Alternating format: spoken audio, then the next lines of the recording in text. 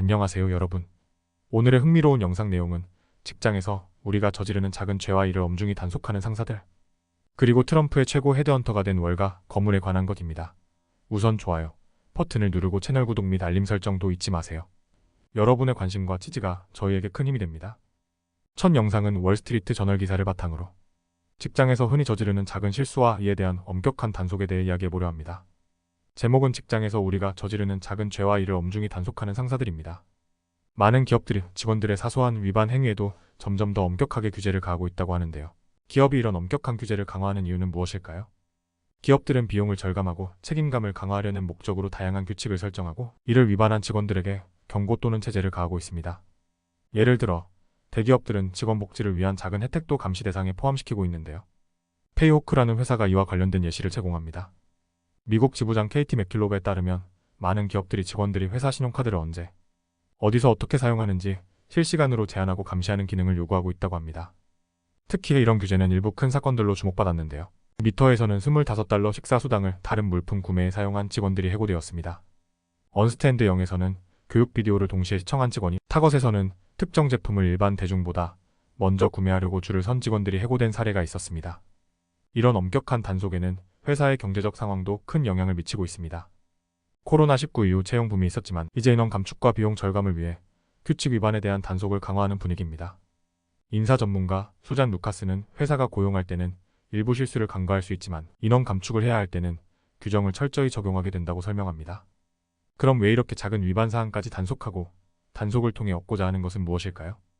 첫째, 사소한 위반이라도 회사의 돈과 시간을 절약하고 조직 내에서 규율을 세우려는 의도가 있습니다. 사소한 위반 행위로 동료가 해고되는 것을 본 다른 직원들은 더 신중하게 행동할 수밖에 없기 때문이죠. 또한 이런 단속을 통해 회사는 남은 직원들에게 원칙을 준수해야 한다는 강력한 메시지를 전달하게 됩니다. 둘째, 해고된 직원에게 퇴직금을 제공해야 하는 경우가 있기 때문에 회사는 단순히 비용을 절감하기 위해 규칙을 강화할 수도 있습니다. 예를 들어 한 은행에서는 식사비를 허위 청구한 직원을 해고한 사례가 있었는데 이는 회사 재정에 대한 관리의 일환이기도 합니다. 마지막으로 규정을 엄격하게 적용하는 것은 공정한 업무 환경을 만들기 위한 시도라고도 볼 수 있습니다. 다음 영상은 월스트리트 저널 기사를 바탕으로 트럼프 행정부의 재건을 위한 주요 인물 하워드 루트닉에 대해 이야기해보려 합니다. 기사의 제목은 트럼프의 최고 헤드헌터가 된 월가 거물인데요. 하워드 루트닉은 트럼프 행정부 위기를 위해 수천 명의 직원을 찾는 일을 맡게 되었습니다. 먼저 하워드 루트닉에 대해 간략히 소개해드리겠습니다. 그는 켄터 피츠제럴드라는 월스트리트 회사의 CEO로 9.11 테러 당시 회사 직원 658명을 잃는 큰 비극을 겪었습니다. 그 이후 회사의 재건을 이끌며 다양한 금융 분야에서 성공을 거둔 인물인데요. 그의 이러한 리더십 경험이 트럼프의 전환팀에서 매우 중요한 역할을 하게 된 배경이 되었습니다. 루트닉은 트럼프의 오래된 친구로 이번에 전환팀 공동의장으로 임명되어 주요 정부 직책에 대한 후보자 명단을 작성하고 있습니다.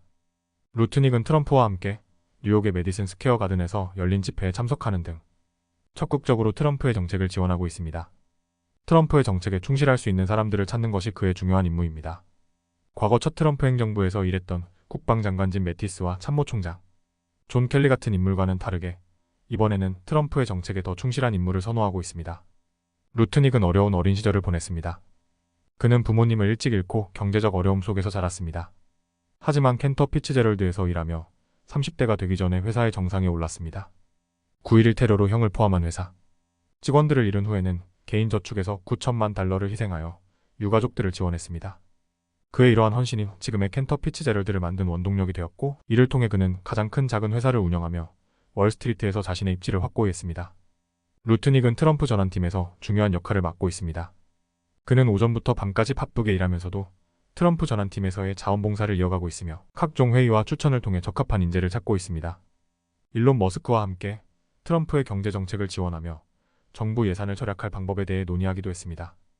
두 사람은 무대에서 6.5조 달러의 예산 중 약 2조 달러를 절약할 수 있다는 계획을 발표하며 군중의 환호를 받았습니다. 루트닉은 자선 행사에서 처음 트럼프를 만나 이후 오랜 관계를 유지해왔습니다. 트럼프가 재선에 도전할 때는 1,500만 달러 모금 행사를 열며 큰 지원을 아끼지 않았습니다. 평생 재정적 보수주의자이자 사회적 자유주의자였던 루트닉은 현재의 민주당 정책에 불만을 품고 트럼프의 정책에 지지를 보내고 있습니다.